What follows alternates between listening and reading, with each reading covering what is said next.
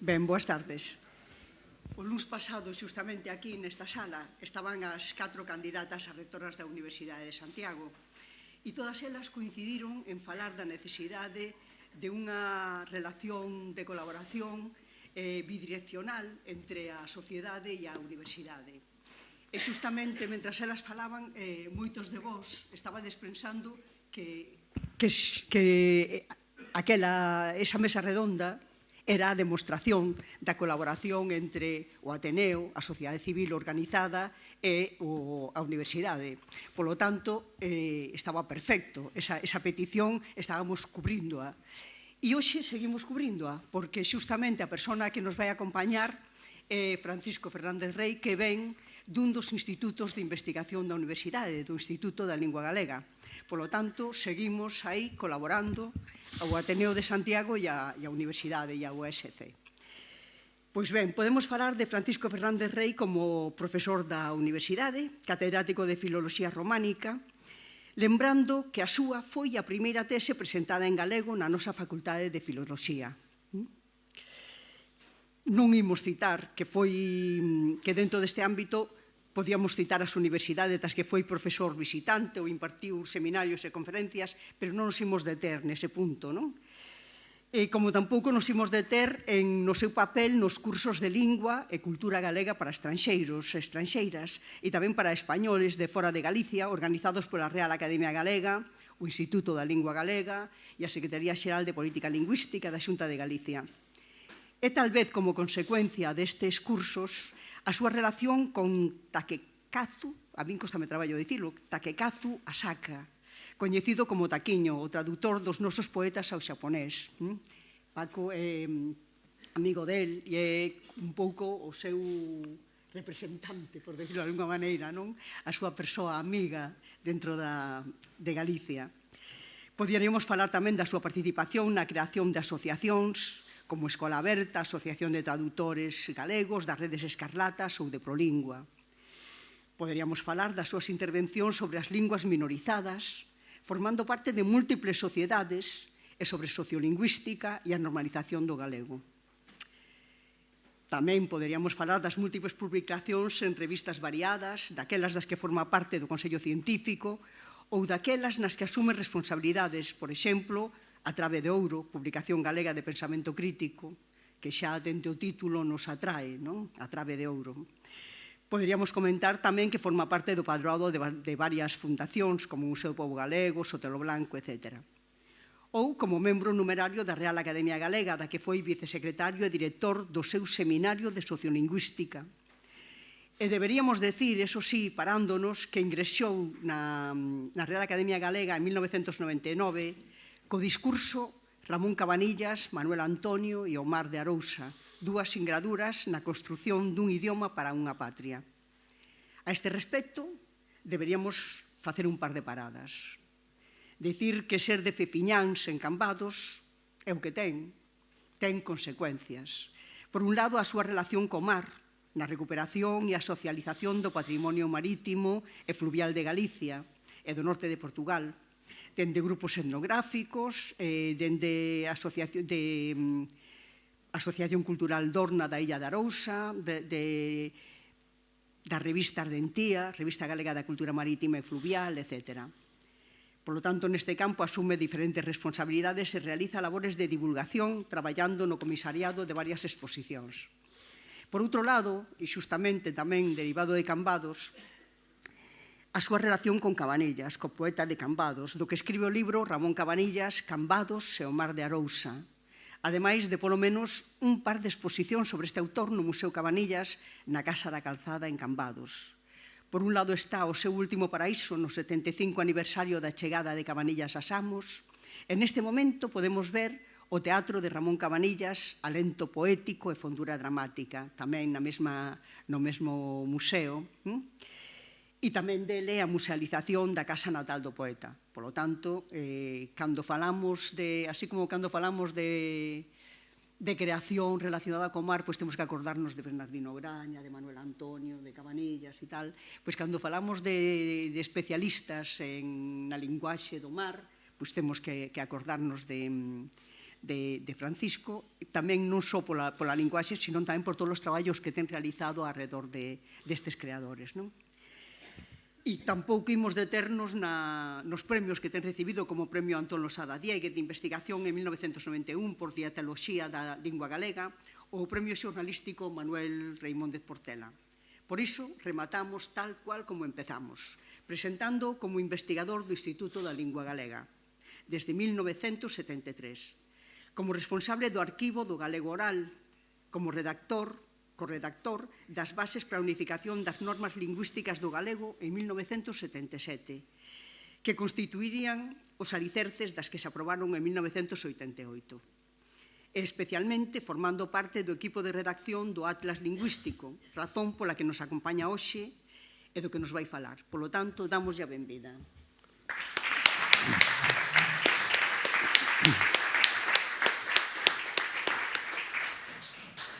Moitas grazas, Pilar. Antes de nada, unha puntualización. Dixeches que eu era autor da musealización do Museo Cabanillas e Pepe Barro. Eu tive un traballo previo que foi a catalogación, incluso facer unha proposta de musealización que me pediran da Deputación de Pontevedra. Pero os méritos son de Pepe Barro. Ben, antes de nada quero agradecerlle en nome do Instituto da Lingua Galega e no meu propio o Ateneo que nos invitase. Eu a terceira vez que estou aquí. Hai 15 anos, precisamente, invitoume o Ateneo para que viñese falar do mar na obra en prosa e poética de Cunqueiro. E hai 7 anos estiven tamén aquí con Miro Villar, cando ele editou o libro Dorna Saudal, O mar e o léxico mariñeiro de Antón Zapata García, que é un poeta de Laxe. Eu estive aquí falando desa obra. E hoxe vou falar dunha obra que é o proxecto máis antigo do Instituto, ten 51 anos, eu levo embarcado nese proxecto 51 anos. O Instituto ten 4 anos máis de vida, 3 ou 4 anos máis. Por se alguén non sabe posiblemente que é un atlas, dunha maneira moi sinxeliña, podemos dicir que un atlas lingüístico, calquera atlas lingüístico, é un conxunto de fotografías lingüísticas dun territorio e dunha zona concreta. Ou é unha representación en mapas de fenómenos lingüísticos dun territorio. Iso que é un atlas lingüístico. O noso proxectouse no 74. Eu pregúntomo, podes preguntar, era necesario? Non é que fose necesario, era moi urxente facelo. E vou vos ir dicindo por qué. Un gran lingüista e poeta madrileño, pero coa familia de Castropol e con familia de Ribadeo, e gran estudoso do galego de Asturias e do galego do Bierzo. No ano 59, nun texto sobre o galego do Bierzo, facía esta queixa. Decía, hai algúns excelentes traballos sobre léxico, como os de Aníbal Otero, e existen os rigurosos estudos de Krieger, Schneider, Roeder, Evelyn e Zamora Vicente, pero farían falta moitos estudos lingüísticos por rexións naturais. Non sabemos apenas nada do que é a verdadeira imaxe da rica variedade fonética do galego falado en Galicia. É lamentable o contraste entre a escasez de estudos lingüísticos galegos feitos con criterio científico e o enorme e frutífero esforzo dos especialistas cataláns. 3 anos despois, o propio Dámaso insiste no mesmo. Un traballo que fixo sobre o vocalismo español e portugués, di: é aquí unha enorme dificultade, porque debido ao increíble atraso dos estudos de lingüística galega, esta lingua no seu estado moderno é case unha incógnita. É, desde logo, o seu vocalismo. Falta case completamente unha recollida sistemática de materiales, labor de anos. Pois fan falta exploracións por toda a extensión da lingua, e logo indica que as únicas que hai realmente son o que el chama galego exterior, que as fixera el. Zamora Vicente, lingüista madrileño, pero moi relacionado con Compostela, no ano 42 veu como catedrático por Xelmírez, pero estivo 2 meses, porque despois chamaron a do Complutense, porque era unha asignatura de etoloxía hispánica, e o profesor que tiña que dala, como era as 12 da mañán, dixo que ele non podía dala antes desa hora. Iso contouno cando, en abril do 92, deu a conferencia para inaugurar a actual Facultade de Filoloxía. El foi catedrático da Facultade de Filosofía e Letras no 43, 44 e 45. a él debémoslle os primeiros traballos dialectais da dialectoloxía moderna. O sea, no 51 publicou un traballo sobre o seseo, no 52 un sobre a geada, no 53 sobre as terminacións irmán-irmão, e no 63 outro sobre os moito, muito, etc. Do que fala aquí. Como conseguiu o material? Explicamos nesa conferencia. Era moi amigo dun catedrático de medicina, don Ulpiano Villanueva, e cada vez que don Ulpiano chamaban de sitios de Galicia para atender enfermos, ele iba con el, pero mentre ele atendía os enfermos e a familia, ele iba polos bares preguntándolle á xente, ou aos camareiros de moitos bares de Santiago, ou collendo bus e índose ás romerías e demais. Bueno, feita que temos 4 xollas. Pois, cando publicou o último traballo, que é este, el di, como nos meus traballos anteriores sobre as dialectais galegas, teño que empezar anunciando a provisionalidade dos meus acertos. É verdadeiramente asombroso o desleixo dos filólogos novos en canto ao galego se refire. Nestes últimos anos, o coñecemento doutras áreas dialectais da península, como leonés, aragonés, andaluz, estendeuse extraordinariamente. Non así o do galego, que sigue prácticamente esquecido. Neste momento, en canto que a cartografía lingüística, o único que tiñamos era 75 mapas fonéticos dese gran proxecto da República, que era o Atlas Lingüístico da Península Ibérica. O material recolleu nos anos da República Aníbal Otero e publicáronse 75 mapas fonéticos. Non había máis nada. Isto no 62. Bueno, pois, aproveitando que está aquí diante nós a Ramón Lorenzo, quero dicir o seguinte.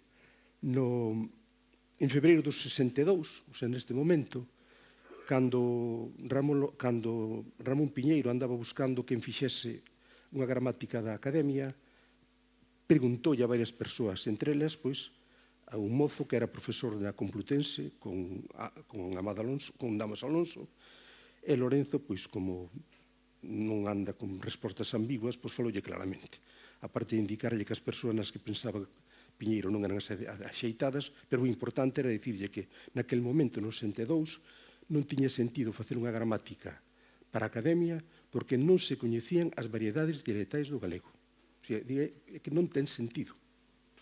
Indícalle os traballos que había, pero non ten sentido. Non sabemos cal é a extensión do seseo, non sabemos cal é a extensión dos plurais en eno, en ele, e, sobre todo, non sabemos como é a rica variedade verbal. Entón, lle digo, que imos decidir? Se decimos falaches ou falastes, pero se non sabemos como é.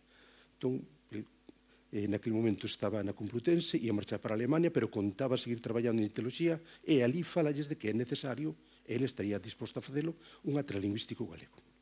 Eso, porque o atlas vai vir despois, 12 anos máis tarde.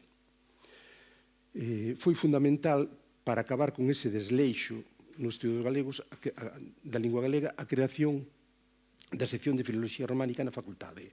E aí hai dúas persoas moi diferentes, por unha parte Carballo Calero impartindo as materias de lingua e literatura galega, pero sobre todo a figura de Constantino García, que era asturiano e viña de Alemania, e que vai promover entre o alumnado, entre os licenciados, a recolleita, sobre todo, de léxico galego.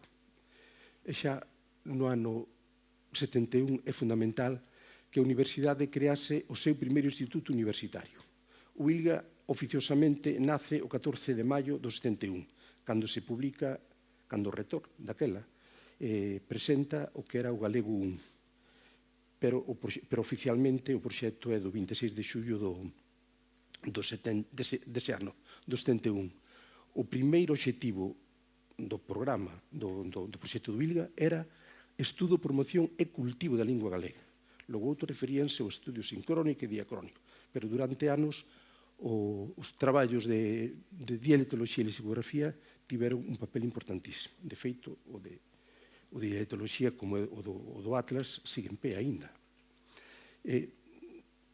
No ano 70, a UNESCO promoveu un atlas de toda Europa, incluída a Rusia europea. O sea, de Fisterra e Lisboa, os Urais. Encargaron para España a Manuel Alvar, porque Manuel Alvar naquele momento fixera o atlas lingüístico de Andalucía, das Canarias, de Aragón, Navarra, Rioja. Alvar falou con don Constantino para facer as enquisas de aí. Non solamente as do Atlas Europeo, sino tamén o que sería o Atlas Lingüístico de España e Portugal. Realmente ocupáronse Antón Santamarina, aquí presente, máis Constantino García.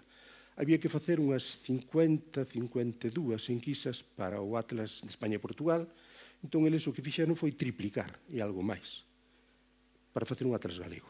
E o cuestionario, pois, prácticamente tamén o triplicaron. No proxecto inicial, que é do ano 74, os directores son Constantino García e Antón Santamarina e os investigadores Rosario Álvarez Blanco, Charo, falarei de Charo aquí, eu e Manuel González Manolo. Ese é o cuestionario por fora, este é a rede de puntos, son 167 puntos, incluída a parte exterior, 7 en Asturias, 5 en León e 3 en Zamora. Está bastante ben representada a parte exterior, e sobre todo a de Zamora, porque ali hai 4 concellos, estivemos en 3. Na parte de arriba non pasamos do río Navia, aínda sabendo que se fala tamén o galego, pero era 7 puntos de 18, están bastante ben representados. O cuestionario ten, oficialmente, por decirlo así, 7.711 preguntas. A maior parte son léxicas, en campos léxicos, pero realmente o cuestionario son unhas 4.000 preguntas, porque unha pregunta é meses do ano, unha pregunta é refráns do ano, unha pregunta é unha forma verbal, cantar, pero unha conxugación ten moitísimas formas. Son unhas 4.000. E aí van introducidas as preguntas que había que facer para o Atlas de España e Portugal e por a Unión o que se chama ALE, Atlas Linguarum Europae. E agora paso ao traballo de campo. O traballo de campo fixémolo entre novembro do 74 e outubro do 76. E depois quedounos unha enquisa, que é a de Lubián, en Zamora, que fixemos en maio. Bueno, foron casi 2 anos. Para movernos, nos tiñamos oficialmente unhas credenciais. Para min estaba moi claro que era unha especie de salvoconduto. Pensado o momento en que nos empezamos o traballo de campo. Nos empezamos en novembro do 74. Neste momento, en Portugal, houbera unha revolución, unha auténtica revolución. Había 4 ou 5 anos. Polo medio podía non pasar nada. Digo, polo medio de Galicia, pero cando se aproximaba a fronteira, xa eran outras cousas. Para poder movernos, tiñamos credenciais de cada gobernador civil. A da esquerda, é que non se le moito aquí, é a orixinal de Lugo. Teño eu, original logo tiñamos fotocopias.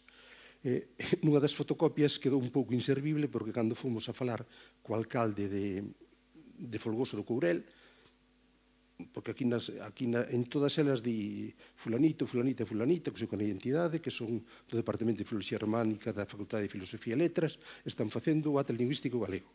Entón pedían a todos os alcaldes e comandantes de posto que se axudase neste gran traballo cultural.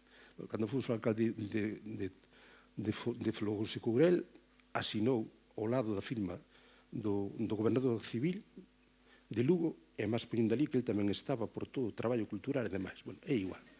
A do lado é a de Pontevedra, porque ten a mesma literatura, o que pasa co final di que isto é unha credencial e demais.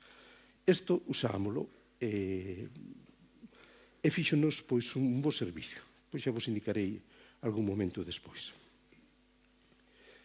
Isto que vos vou poñer aquí, eu non... A ver se depois son capaz de lelo. Tal como está... Digo, eu, cando empezamos as enquisas do Atlas, eu levaba unha libreta, o que eu chamaba ali Memoria do Atlas, unha memoria que nunca ninguén veu, ata hoxe, só a vin eu.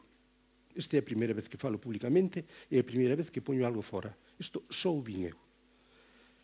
Porque, además, era só para min. Entón, eu aquí, na primeira páxina, teño un plan do que iba a coller en cada sitio, que era onde está o sitio, a impresión que me dá, como é a pensión, que tal se come, que tal nos tratan, o alcalde, a xente, todo, así un pouco de todo. Iso realmente fíxeno nas primeiras.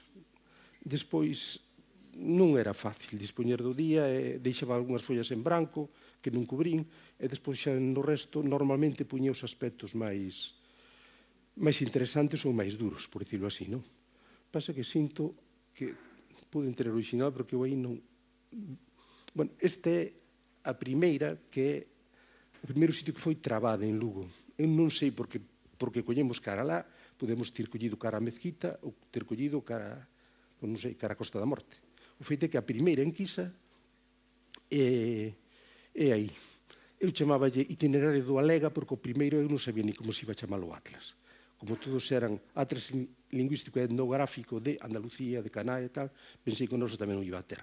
Porque además sabía naquele momento Atlas lingüístico e etnográfico de Portugal e da Galiza. Para min daquele era o Alega. E igual, pois foi Alga. Entón este itinerario do Alega, ano 74, mes de novembro, día 8. Te vou indicando. Salida primeira de Santiago ás 10:30 da mañán. Mondoñedo, chegamos ás 4:30. É que non leo moi ben o couso. Pois,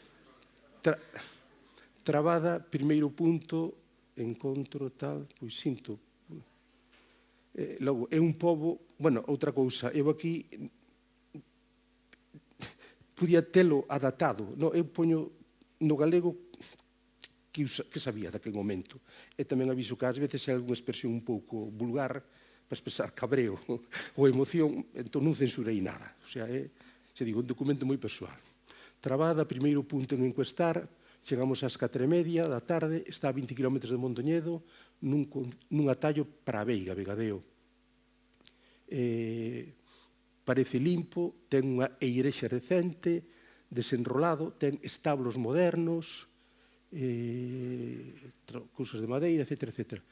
Pensión na casa dun xastre, 26 anos, futurólogo el, empeñado en demostrarme que esa ciencia pode explicarme porque eu nacín de meus pais e non doutros, tiña así uns certos modales, pois tal. O alcalde, mestre nacional, excelente, galeguista, enterado de todo, e moi apreciado polo povo. Resulta que despois este mestre é o pai do que era Celso Curás, do que foi conselleiro no 96 con Fraga e ato bipartito. Se as casualidades. Era un señor excelente. Fomos o alcalde, un home excelente.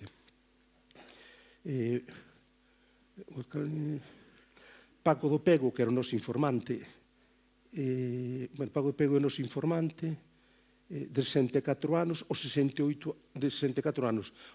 anos, deu unha volta a Madrid en moto por Asturias e Santander. Excelente informante. Estuvemos con ele 2 días e medio, ao preguntarlle cachondo, ao preguntarlle pola conxugación verbal. 1.000 pesetas. Démoslle de regalo 1.000 pesetas, por aguantarnos, que eran bastantes cartos daquela. Este é o texto da segunda enquisa, que foi na Ponte Nova. Bueno, teño que dicir que nas primeiras enquisas, nas 4 primeiras, os 3 informantes estábamos sempre xuntos, un pouco para urbanizar, a ver a maneira de preguntar e todo. A partir xa da quinta dividímonos. En principio cada un nun sitio, aínda que na quinta eu quedei en Viladonga, e Charo e Manolo foron para a Veiga, para Meira. Pero, bueno, normalmente íbamos de un en un. O privilexiado era Manolo González, porque tiñamos un 600, era o que conducía. Os outros tiñamos que ir a andar, eu polo menos. E ás veces había que andar moitos kilómetros, porque unha enquisa que fixen en Barreiros, un día andei 3 kilómetros unha aldea a volver, 3 kilómetros outra aldea a volver. Pero no seguinte, a Remior, fixen 4 veces a viaxe. 4 por 6, 24 kilómetros nun día. E non quere dicir que foro máis proveitoso, pero era así, chovese ou ventase. Ben, este o da Ponte Nova, Dios mío, que non sinto non poder ver. Ben, o primeiro tamén falo que a vila, que ten biblioteca, entamento, que na pensión que se come mellor que na anterior, excelente. O alcalde enviounos a un lugar a 12 kilómetros, e aparecía este vello Celestino, de 70 e pico anos, que tamén bastante cachondo, porque estaba resultando constantemente de que os fillos do cura, o pai chamalle señor tío. pero a parte era tan cachondo porque estábamos nun muiño no fondo de todo que el foi o que nos bautizou como Cepelín o 600. Dicía, ese Cepelín anda andado, non vai subir para arriba. Bueno, pois, despois estuvemos no día 15 con outra persona, un que se chamaba Gosé, o dos Caldeiros, que era carreteiro da Ponte Nova, falaba a Dios de todo, pero a hora de gravarlle algo, escapaba, porque a xente non quería gravar, de broma. E despois, o día seguinte, toda a mañá estivemos cunha señora de Vilameá que nos deu unha colección de plantas. Aquí empezamos a facer un herbario. Nos levamos fotos de cor, de negro, pero empezamos a facer cada en seu herbario a partir da segunda enquisa. Ten unha casa galega preciosa, sobre todo na cociña e con útiles. Ben, aquí é unha das mostras, un relato dunha das enquisas que máis traballo nos costou. E, ademais, neste caso, estábamos Manolo, eu e Manolo, xuntos. E, ademais, como el tiño o coche, podíamos escapar a outro sitio. Pero foi un drama, foi das máis duras. Por qué? Porque ás veces a xente desconfiaba de nós. Ás veces porque era no verán, entón a xente non estaba para atenderte. O peor era a desconfianza. Pero, bueno, isto é a miña impresión naquel momento. Prefirín poñer isto e non falar de memoria, porque a memoria idealiza o pasado. Ben, Xermade queda lá en Lugo. Isto foi o día 29, día de Corpus Christi. Erguémonos cediño, tiñamos un despertador na pensión, alo fomos falar co cura, que nos meteu nas mans dun coxo, este nas do fillo Daniel, ao remate da misa de Candomil, fomos ver algúns veciños. Un que iba coas vacas, un mozo de 40 anos, desconfiado ao máximo, que se o xugo era xugo, que se os fungueiros son fungueiros. Outro saíunos polas portas da casa e dicíanos que nós mesmos cubriramos o cuestionario para cubrir a papeleta. Senón que lle fixéramos esas preguntas. El seguía de mirón. Cando dixemos que eran varias horas, mandounos a paseo. Pegou a porta e fora. Manolo quedou cunha señora que estaba lavando roupa. A min levoume por entre as terras a unha señora, recibeume ben, pero notábase a desconfianza por todas partes. Logo o home estiven atascado menos cuarto, sin ir xantar ninguén. Sigue isto. Rematamos de xantar ás 5, fomos a Xermade, ver o teniente de alcalde o alcalde que iba na Coruña. O teniente de alcalde porque o alcalde iba na Coruña. E era unha exclamación miña. Líbrenos el señor de guardias civiles retirados, recordando que nos pasara co alcalde de Larouco, en varias cousas máis. Fixemos levantar o teniente alcalde retirado, que tiña almorranas. Tirounos cos primeiros que atopou, uns que descargaban remolacha, ali un fulano maior. E ora, que se vayan todos a tomar polo cu. Aí estivemos ata as 9 sin facer gran cousa.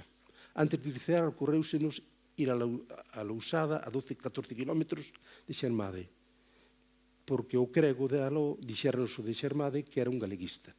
Entramos ás 9:30 nunha casa con dúas persoas maiores, un vello e despois unha vella, unha señora, e ás 12:30 acabamos, e ao final, bueno, é das enquisas máis accidentadas, botamos man de todos os recursos posíveis, escribín eu aí, e viñemos para Villalba a 1:15 da mañá. É así, o sea, non foi... Moitas saíronos moi ben pola implicación do alcalde, pola implicación de algún cura, non de moitos, por xente que coñecíamos de antemán ou sobre a marcha, pero algunhas outras foron un calvario. De feito, ás veces, cando un acababa, iba a botar unha man ao outro. E ora, isto que vou poñer aquí son así de momentos bastante complicados, porque nos colleu pola fronteira. Que sodes xa da miña edad ou máis vellos, lembrade que entre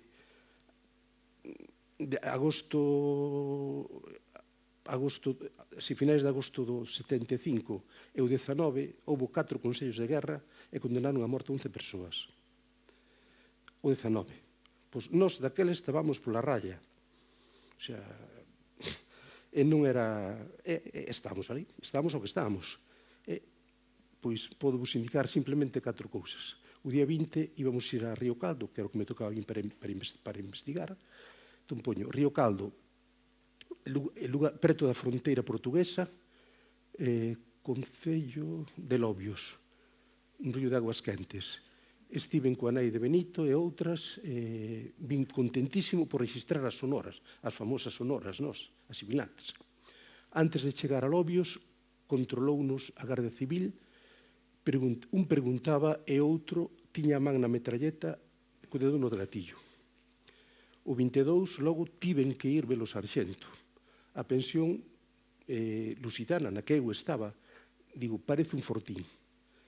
Están de 12 guardias botando a partida, dos 24 que ali hai, máis os 4 aduanas.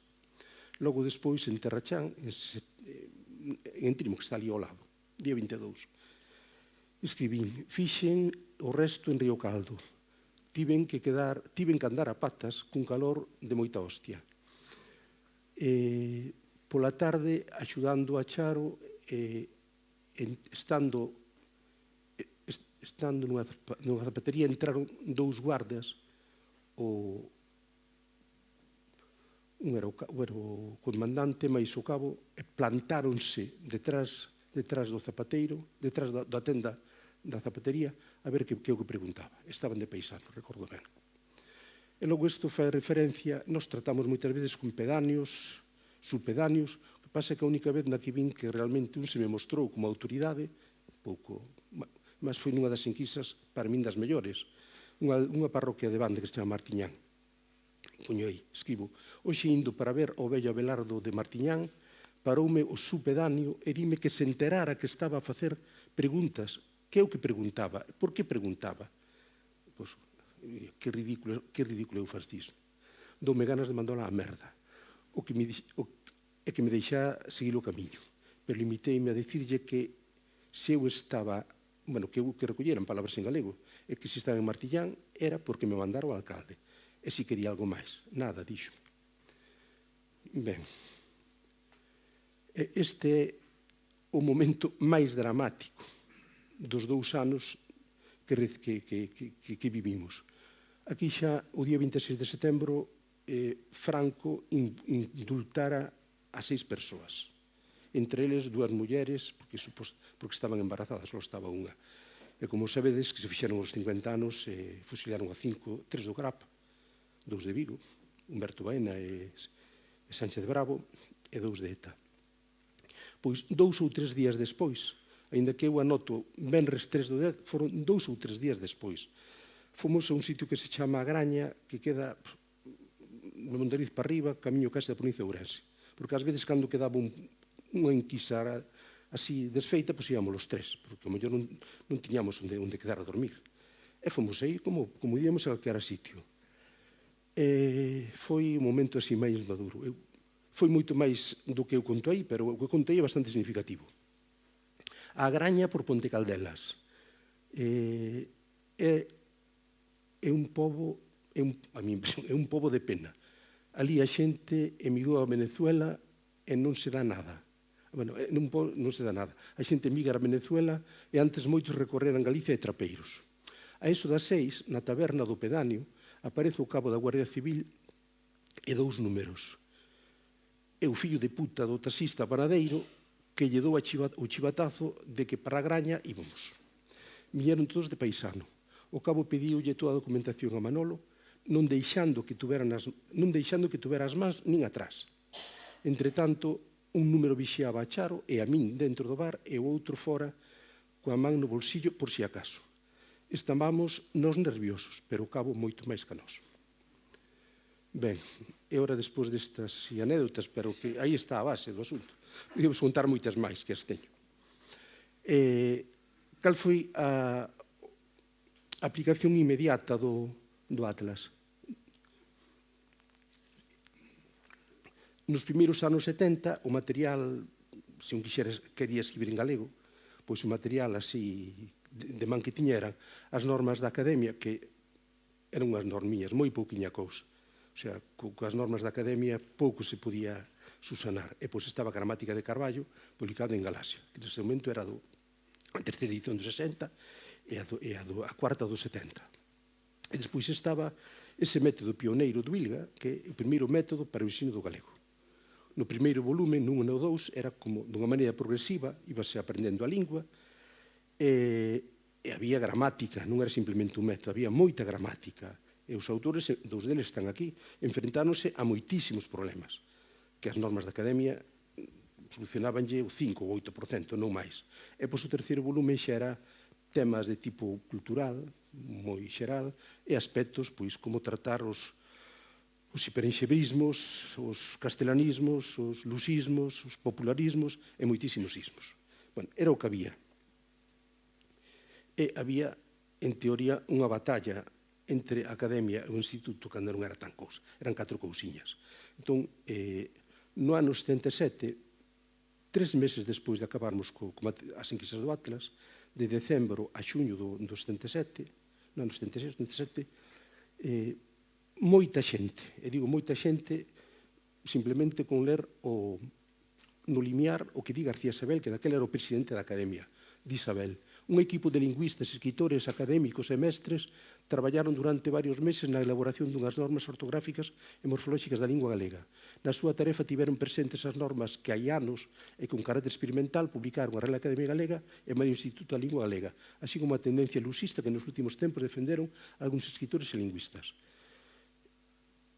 Para facer este traballo tiveronse conta moitas cousas, pero polo de pronto, no que era a normativa, o que era a morfoloxía, todo o material inédito do Atlas. Entre outras cousas, eu estaba facendo a tese sobre o verbo, sobre todo o material verbal. Entón, os bosquexos, os borradores, usaronse aí. Xa estaba facendo sobre o pronome personal tamén. Manolo era un traballo máis ben etnográfico, pero para fonética e outras cousas, usouse eso e moito máis. O sea, o que dicía Lorenzo hai 12 anos antes, aí tiñamos realmente a variación para poder decidir. É un traballo impresionante, é a base do que despois foron as normas do 82. Da academia había xente ali, estaban ali, Carballo Calero, Ramón Piñeiro, Fernando del Riego. A miña impresión daquela, mesmo de agora, é que estaban ali un pouco por compromiso con Constantino. Estaban, pero a pesar de que o limiar é de García Sabel, unha vez que se editaron as normas, a academia pasou desto. E non solamente pasou, sino que inmediatamente reeditaron as súas normas do 71. Pero, bueno, a vida é así. Logo, 5 anos máis tarde, Ramón Piñeiro acudiu ao ILGA para facer unhas normas conxuntas. E a vida é así. Estas son as normas do 82. O esquelete destas normas está basado nas anteriores. Logo, ese xa é unha edición do 95, moito máis actualizada e ampliada, e aquela é xa esa o que moitos chaman a normativa de concordia, para min é unha normativa de convivencia, pero, bueno, xa máis recente. Pero o que vos quero indicar aquí, así moi brevemente, para que vexades a utilidade do material do Atlas. Eu vou vos mostrar. Na esquerda é todo trata do mesmo, pero que é o que dicía a gramática de Carballo, que é o que dicía o método do Ilga, e que é o que se propón nas bases, que pode ser o mesmo que sigue nas normas do 82. Puxen uns cantos fenómenos. O pronome nós ou vós. Bueno, pois Carballo é máis no galego, propoñese nós e vós, sin máis. Pero o mapa do Atlas que é o que nos decía que nós é o que máis hai, pero hai unha zona onde se di nos outros, e non por castelanismo, que é exactamente igual que nós. Pero despois hai, en toda esta parte occidental, as dúas. Normalmente, o nosoutros dio xente maior, pero que había un matiz. O sea, non era o mesmo nós que nosoutros, porque cando se dicía nosoutros, era un nosoutros exclusivo. Era, son eu e estes outros, pero non vós. Ou vosotros, és ti e os outros, estes outros, pero non nós. Entón, aquí puxeronse as dúas formas, explicando no texto cal é ese pequeno matiz. Eso pasou ao resto das formas. No demostrativo, este texto era o que propoñían Carballo e Santa Marina. Nos no Atlas o que vimos é que había aquí unha pequena área na zona de Ferrol, para arriba, bueno, próxima, e daqui de Pontevedra para baixo, isto. Entón, propuxemos isto por armonizar co portugués, e por diferencialismo, un pouco de todo, como forma, e despois secundarizada, pois a forma isto. No caso do verbo, puxo unhas cantas formas. Aquí, na gramática de Carballo, todas estas formas tiñan o acento esdrúxulo. Cantábamos, collíamos, cantáramos, cantaríamos, cantásemos. No caso do Ilga, tiña unha solución a italiana. En italiano dice cantavamo, pero cantásimo. Cantásemos. Eles tiñan, no Ilga propuxeran, cantábamos, collíamos, pero depois no resto todo esdrúxulo. Os mapas que nos tiñamos, pois, prácticamente coincide. Toda esta zona é onde se di cantábamos, como en portugués, como en castelán, pero na zona toda esta do sur era cantábamos. E o mesmo en cantaramos, cantaríamos, non en cantásemos, porque cantásemos era moi máis xeral e había pouco cantásemos, porque moita xente non usaba, ou non usábamos a forma cantase. Eu son, toda a parte occidental, dice cantara, no subxuntivo. Por lo tanto, se usas a outra forma, entrache polo castelán, cantásemos. Iso é o que explica. Bueno, o feito aquí que puxemos todo con se, que era a proposta, era recollendo a media Galicia, por decirlo así. Únicamente na última reforma no 2003 cambiouse cantásemos por cantásemos con grande alivio por moitísimos de nós, por moitísima xente. O seguinte, esta forma de que falaba Lorenzo, como lle hai que dicir, falastes ou faláchedes. Tanto Carballo, na gramática de Carballo, como no do Vilga, o que propoñían era cantáchedes, colléchedes, fixéschedes, que é o que vía no Atlas, que a forma xeral con moito é a que terminen estes. Eu supoño que aquí colleron colléchedes por diferencialismo do castelán. E tamén porque ten tradición literaria. Se un lea Rosalía, hai estas formas, tiene tradición literaria. Pero aquí o que se propuxo foi a forma, igual que o do portugués, pero que a forma totalmente mayoritaria. O sea, a miña forma, é cantastes e cantáchedes. Aquí eu aprendí en Cambados. O sea, no singular, cantastes e cantáchedes. O sea, que moitos dicimos cantáchedes e cantáchedes. Despois, no verbo andar, tanto en Carballo como no Instituto, poñían andiven, andivera, etc. Nos o que vimos no Atlas é que o mayoritario era anduven, con ese U, seguramente polo castelán.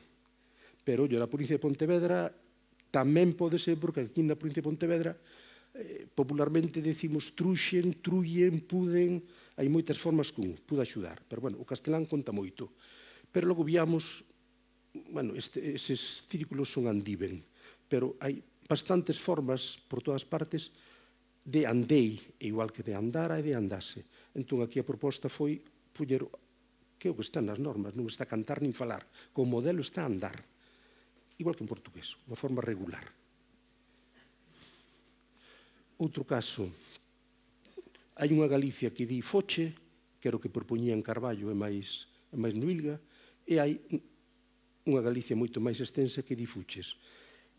Esta é a forma etimolóxica, esta é unha forma analóxica, igual que o foste portugués. Por lo tanto, neste caso, entre dúas formas galegas, a forma máis conservadora é a que hai que escoller, ou a que se debe escoller. Este é un dos verbos tamén así máis complexos, pero moi interesantes, que é o verbo ir. Carballo propoñía ouvir, pero cun paradigma oio, oes, ouvimos. É subxuntivo oia. No Ilga todo oír, e aquí, tendo en conta os mapas, puxose oír e ouvir. O sea, oír é un pouco por todas partes, que non é un castelanismo, ou ouvir. Por aquí dice ouvir. O que pasa é que aquí dice ouvir, pero é un verbo totalmente regular. Dice eu ouvo, ti ouves, subxuntivo ouva, ouvas. Pero dos que din oír, hai quen di oio, pero hai quen di ouso, oes. E no subxuntivo ousa. Aquí o que se fixo na proposta seguindo o portugués, porque, repito, no galego que nós recollemos non hai ouzo e ouza e ouvir, o sea, non hai. O sea, tiría que estar no outro. Pero, bueno, puxeronse as dúas formas, logo nas normas de 82 rexeitouse ouvir e na reforma última volveuse outra vez a forma esa. Hai outras formas, como aquí arriba na parte de Asturias, aquí din ouguir, pero din eusco, tioes, no subxuntivo usca. O sea, temos unha riqueza, unha variación ben grande. Nas bases estas, a parte da morfoloxía e da escrita, tamén tratamos temas léxicos importantes, meses do ano, días da semana, meses do ano e as estacións. Nos mapas, nós o que vimos é que as formas castelanizadas estaban por todas partes. Os miércoles, os jueves, os viernes, por todas partes, en todas as edades. Pero ao lado, na parte oriental, no leste de Lugo, no galego exterior, aí aparecían aínda os mércores, xoves e venres. E despois, non a segunda e a terza feira, que o sistema completo só atopamos un punto na Terrachén cos peito e dous por aquí. Pero o que era a cuarta e a quinta, o sea, o mércores e o xoves, aquí sí que, aínda que retrocedendo ou a xente recordaba cando era nova, pois aquí sí que había bastante. Iso que vedes aí, todo. Cuartas e quintas feiras. A sexta feira menos aínda, este é un mapa de venres. O feito é que ao final puxemos os dous sistemas. O sistema dos días dos planetas, da lúa e dos planetas, e o sistema das feiras. Nos meses do ano, os primeiros meses non tiñan problema. De xaneiro a maio e agosto non tiñan problema ningún. Únicamente o caso de marzo, se lembrades que sodes un poquinho xa maiores, en todos os calendarios dos anos 70 aparecía sempre Marzal, en todo. Marzal por diferencialismo. Nós atopamos Marzal nun sitio, ao lado de marzo. Marzal é un adxetivo que aparece en moitísimos refráns. Marzo marzal, ou marzo marzán, pola mañán cariña de rosa, pola tarde cariña de can. Era diferencial. Bueno, o sea, aí non había problema. O problema viña do San Xoán para adiante. En principio, o nome este, o sea, os junio, julios, diciembres, esos están por todas partes. Porque o popular non era eso. O popular realmente eran as formas tipo San Xoán, ou tipo Santiago, ou Santa Mariña, ou a Sega, o sea, o San Martiño. Ese era realmente o popular. E depois se entrou pola administración o outro. Entón, aquí, o que se fixo, en parte tamén seguindo o que fixeran os do galego, os do método galego, pero non exactamente. Vendo os mapas que nós temos, o problema gordo estaba nesto, xuño, xullo, etc., etc. Aquí sí que a proposta foi armonizar co portugués, sin máis, porque no caso de xuño e de xullo, o único sitio onde o registramos foi aquí, en Lobios, só aí. No caso de setembro, no Vigo puxeron setembro, nós puxemos aí setembro. Aquí sí que hai uns cantos puntos que se di setembre ou setembro. No caso de novembro, hai creo que é un punto, por aquí polo norte de Lugo, polo norte de Ourense. E despois de decembro había uns pouquiños de cada. Aquí o que se fixo foi armonizar polo portugués, todo en O. Todo en O. E nos outros, pois, foise poñendo os nomes tradicionais, máis. Bueno, había o problema do Santiago, porque na maior parte dos sitios é Santiago, pero aquí está a Santa Mariña, pois por aquí está a Seitura, por aquí está a Sega, eses nomes así máis populares. Este é o mapa de outubro, en outubro, outono, ao lado de... porque moitísima xente de outono, vede aí a cantidade de formas de outono, e no caso de novembro, aí está o San Martiño e os Santos, que onde estaba un non estaba outro. Pero, en canto aos días da semana, perdón, as estacións do ano, o único que tiña problema era a primavera. Problema relativo, porque no galego escrito do momento, moitísima xente escribía primaveira, pero é que no galego oral, fixadevos todas as formas negras que hai aquí, estos eran primaveiras. O sea, podíase ter posto perfectamente primaveira, pasa que, era un pouco antietimolóxico, pero podíase ter posto. E tiña moita tradición literaria. Puxose primavera. E no caso do outono, púxose tamén o outono, sin máis, pero como o outono se utiliza en moitísimos sitios para designar o mes de outubro, todo isto que vedes aquí en azul, este é un sintagma precioso creado polos labradores do interior, que é primavera de outono. O sea, unha cousa é o outono, que é o mes de outubro, e outra cousa é a primavera do outono, que é unha estación un pouquinho determinada, pero xeral, podemos dicir que prácticamente o que vai é da vendima á castañeira, máis ou menos.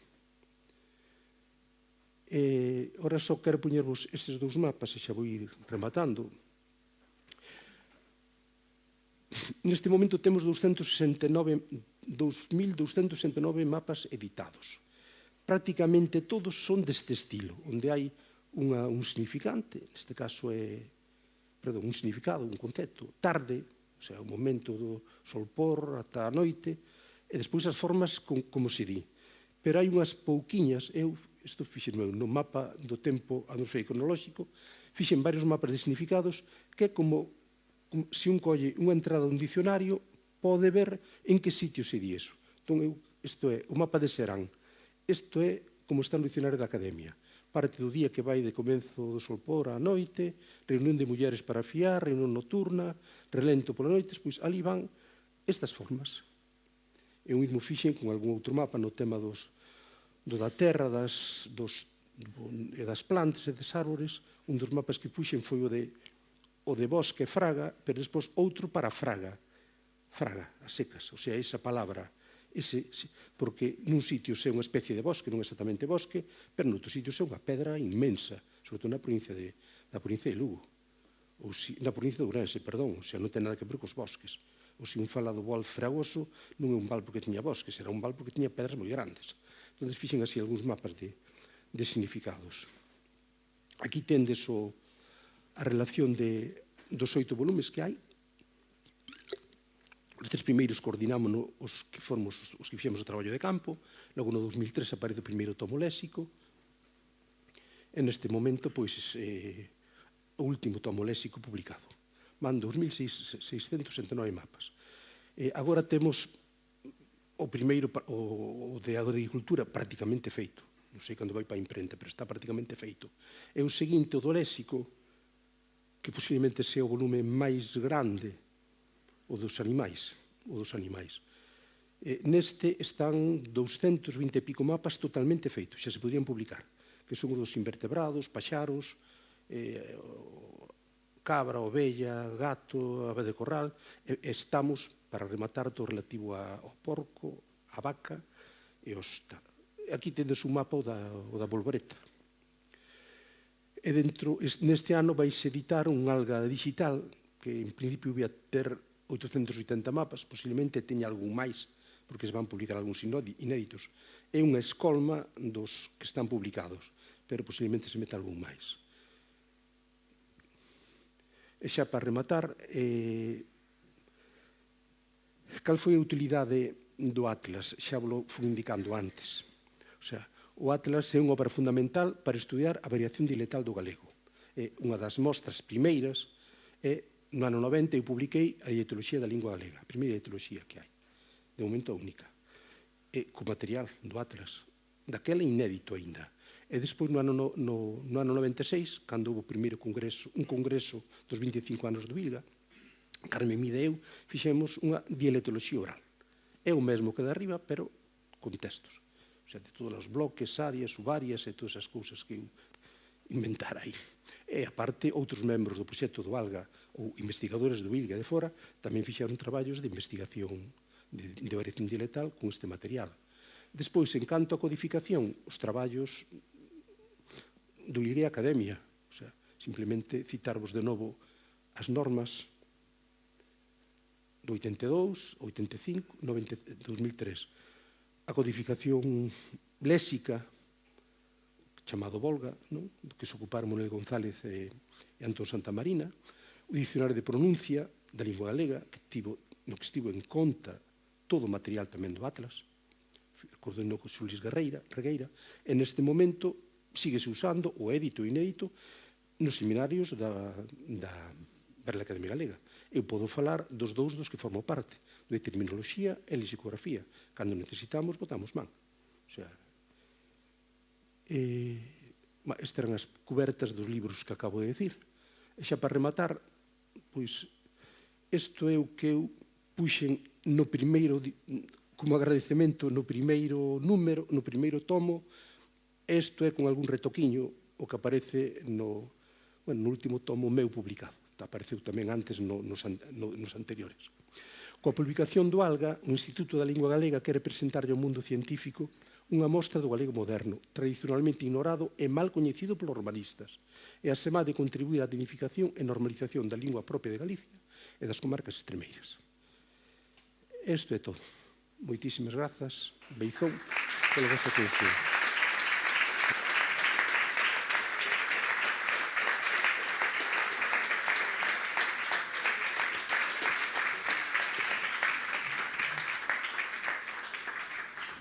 Ben, pois moitas grazas.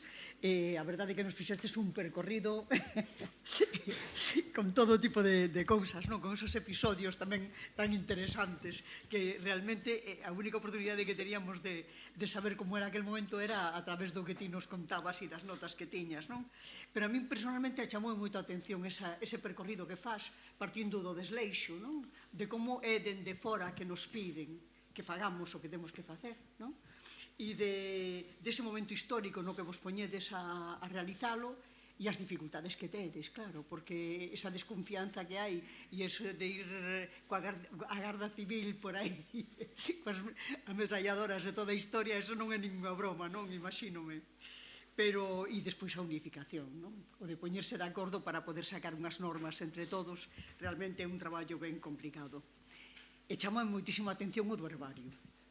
O herbario, que vos puxerades a facer un herbario, de paso que ibades entrevistando a xente, que vos puxerades nese plan de ir recollendo plantas para poder poñerlle nome, imagino. Perdona, é que realmente non é que nos puxéramos nós, é que foi a xente.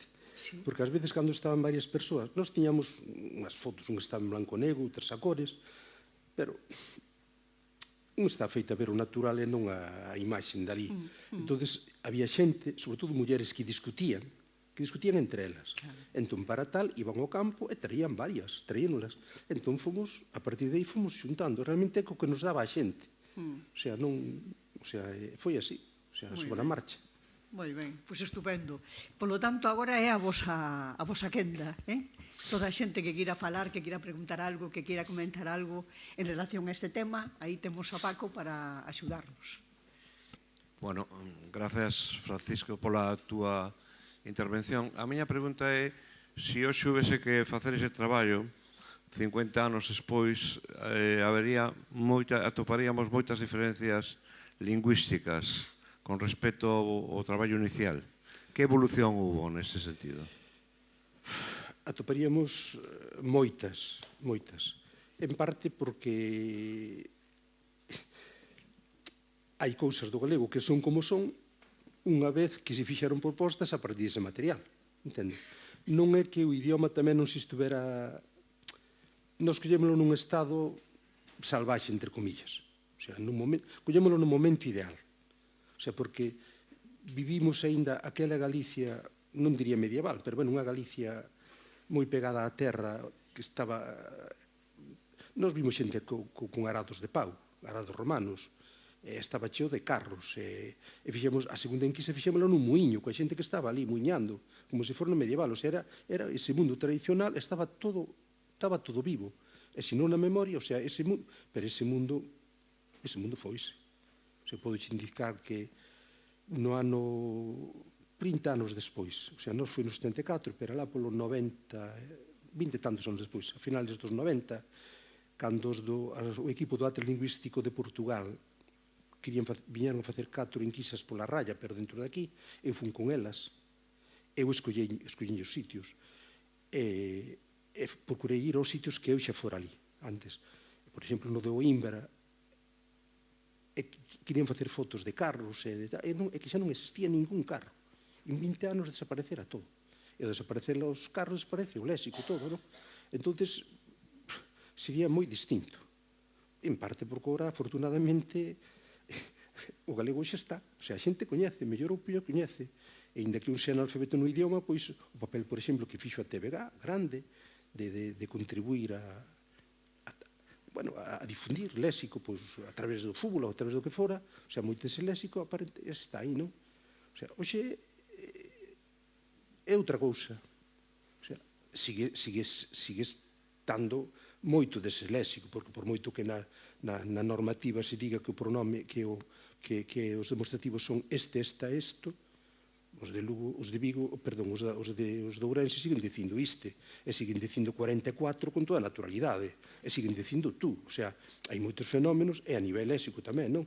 Claro que hai moito. O que pasa é que, mesmo nós, cando collemos o idioma, eu falo sobre todo o verbo, que é o que máis coñezo, estábase xa unificando, en moitos aspectos, porque ainda que había, por exemplo, a parte oriental, que era difícil, que é o etimolóxico, e logo o resto decíamos fixen ou figuen, pero xa os difícil tamén decían fixen. E por qué? Porque os difícil din quixen e dixen, ou os que dicían cantais tamén tiñan formas de cantades. O idioma, así, de alguma maneira, estábase en moitos aspectos uniformando, de alguma maneira, pero, bueno, unha vez que se leva á escola e aos medios de comunicación e se crea un estándar que se trata de socializar, pois vaise unificando, vai. E así. É que perdeuse moito daquela cultura que había. Nós tivemos a sorte de que ainda estaba viva, pero aquelo foise, ou transformouse, pero xa non hai, daquela tiñas de todo. Foran tecelás, foran homes que facían carros, de todo, tiñas toda esa cultura presente, nos 74, pero logo...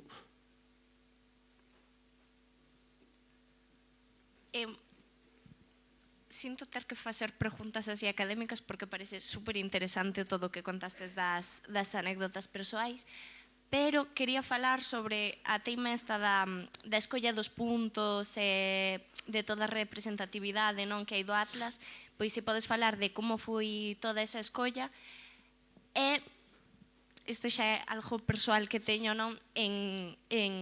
tamén pregunto porque vou facer o TFG en parte sobre iso, en zonas como pode ser a miña, con moito contraste de actividades socioeconómicas da costa, na que hai predominantemente o traballo no mar e logo zonas agrícolas, até que punto os puntos poden ser representativos, é iso, porque, pode darse, ou até que punto non son representativos hoxe en día, pero quizáis daquelas sí que había ese moito máis homoxeneidade.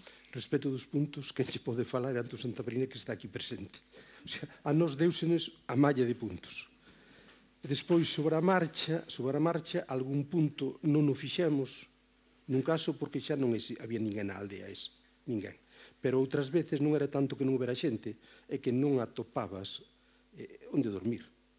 Ou porque non había, ou porque non quería andar. O sea, por lo tanto, ás veces ibas cambiando, pero, nos fixemos os puntos que Antón Santamarina e Constantino García marcaron así nun sitio, e además marcaron para facer en 4 meses, ou en 5 meses. Pois a realidade é moito máis complexa. A túa zona está ben representada. Eu fixen en Quisa nos Muños, Muxía, o sea que non te queixes que tendes un punto. Despois, respecto do mar e terra, este non ten en conta para nada o mar. O sea, porque para o mar, pouco antes, Antón Santamarina e máis Carmen Ríos Panisa xa encuestaran todos os portos que hai en Galicia. Creo que lles quedou a Illa da Arousa. Como daquela non había ponte, creo que eu, polo que mirei de todos os portos, só falta a Illa da Arousa. Pero despois, eles fixeron as enquisas para o Atlas, para o que é o Atlas léxico de los marinheiros peninsulares, menos puntos. Hai poucos puntos. Pero despois o que é a nomenclatura da fauna e da flora, aí está absolutamente todo. O sea, aquí houve puntos que estaban ao lado do mar, pero non era o que estaba no cuestionario. Non era. Eu creo que estaban bastante, o sea, os puntos estaban entre 15 e 20 kilómetros, bastante ben. o final, o do galego extremeiro, o galego exterior, máis ben foi cousa un pouco nosa, porque tiñamos as directrices, pero foi un pouco, casi un pouco pola nosa conta. O sea, pero é tudo o que che podo dicir, non? Eu creo que é bastante representativo, tal como... O sea, ao final son 167 puntos, pero como cando faz unha enquisa. Son 30 millóns de votantes e enquisaron a 2.000. E unhas veces clávalas e outras non. Pero sí que son... Digo, na Costa da Morte estaba ben representada, non solamente Muxía, a tua Muxía, hai moitos outros puntos. Eu creo que todas as comarcas están bastante ben representadas. E senón, o noso papel era isto primeiro, o papel voso, e de feito o xente fixo é facer xa por comarcas. De feito, neste momento temos moi ben delimitada a fronteira do galego en Asturias e en León. Nun caso, Babarro fixo unha tese e pateou todo en Asturias. En outro caso, unha tesina, que realmente é casi como unha tese, para toda a zona esa de Zamora e León. Zamora e León, sí. Entón, agora sí que sabemos perfectamente onde se fala galego, onde se fala casi galego, onde se fala galego e leonés, o sea, pero aquí está unha visión máis de conxunto, non? E que a mí moitos teñen me dito, é que na aldea miña di tal, eu xo sei. Eu son dos salneses, sei que cos puntos que hai aí non se pode ver o seseo, porque eu sei perfectamente que mesmo nun concello como o meu de Cambados, na vila e as parroquias que son con cultura mariñeira teñen o seseo e outras non o teñen. E así pasa noutras do interior do concello de Sanxenxo e demais. Entón, ali temos un punto, Grove, Cambados, Sanxenxo e tal. Claro, para iso veñen outros traballos máis detallados, non? Bueno, primeiro, moitas gracias pola conferencia e polo teu traballo. E, bueno, vou falar dunha cousa que igual non ten nada que ver, pero xa me dirastei. É o tema do reintegracionismo, non? Carballo Calero, sabemos que ao final pasouse ao reintegracionismo. Entón, non sei se, cando fixestes este traballo, topastes algo que podera justificar ese cambio, esa teima dos reintegracionistas, de Carballo Calero en particular. O noso traballo nesto era recoller a fala tal cal. O sea, o noso labor era recollela. E logo despois plásmala en fotos, en mapas. E dentro deso un pode interpretar o que son castelanismos, o que son formas próximas ao portugués, ou comuns co portugués, sobre todo na raya, ademais, pero digo, non é... O sea, non ten nada que ver co que pasou despois. Eso xa despois son concepcións diferentes sobre o que pode ser o galego, non? O sea, o noso papel era recoller a lingua, o sea, a lingua galega. A lingua galega. A falada en Galicia, en Asturias, León e Zamora. O sea, recoller o material. Ora, dentro dese material, o sea, como o que vos puxen aí, por exemplo, o caso de oír ou de ouvir, evidentemente, un reintegracionista vai escoller a forma ouvir, ou en portugués. O sea, ouvir é un verbo galego. Xa vos dixen, todo o sur de Pontevedra, sur do Ourense, din ouvir. O que pasa é que os que din ali ouvir non o din como en portugués. Porque en portugués di ouso, ouves, ouve. É subxuntivo ousa. Un de Berín, que di ouvir, di ouvo, ouves, ouve, é subxuntivo ouva. Non, esas son... De Carballo. Eu aquí teño escrito moitísimos artigos sobre o tema da normativa. Non? Prefiro, non é o tema aquí, non, o sea, non é que non queira falar, é que non é o tema aquí, pero teño feito moitos artigos, non? O sea, escribindo con todo o respeto para quen pensa distinto. Eu fui un alumno de Carballo cando non era reintegracionista. O sea, nos anos 71, 72, 73, cando non andaba por aí.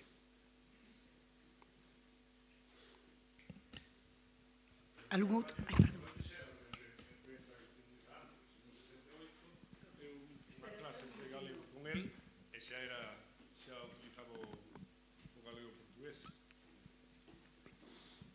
As clases que daba para xente de fora na facultade, depois se viñeron as folgas e xa nos prohibiron, podíamos reunirse máis de 4 persoas, entón, suspendéronse, pero el xa Depois seguiu a súa liña. Cando eu fui un alumno del, no ano 71, 72, 72, 73, 74, falo daquela, escribía, o modo dele era posible, e non posível, e outras cousas, por exemplo, se daquela, non. Están aí, ademais, os seus artigos, non? E a súa gramática. A súa gramática do 74. Outra cousa é despois a do 77. Pero niso xa non o vivín como alumno. Algúnha outra intervención? Non, pois entón damos as grazas A vos. e despedímolo. Gracias a vos.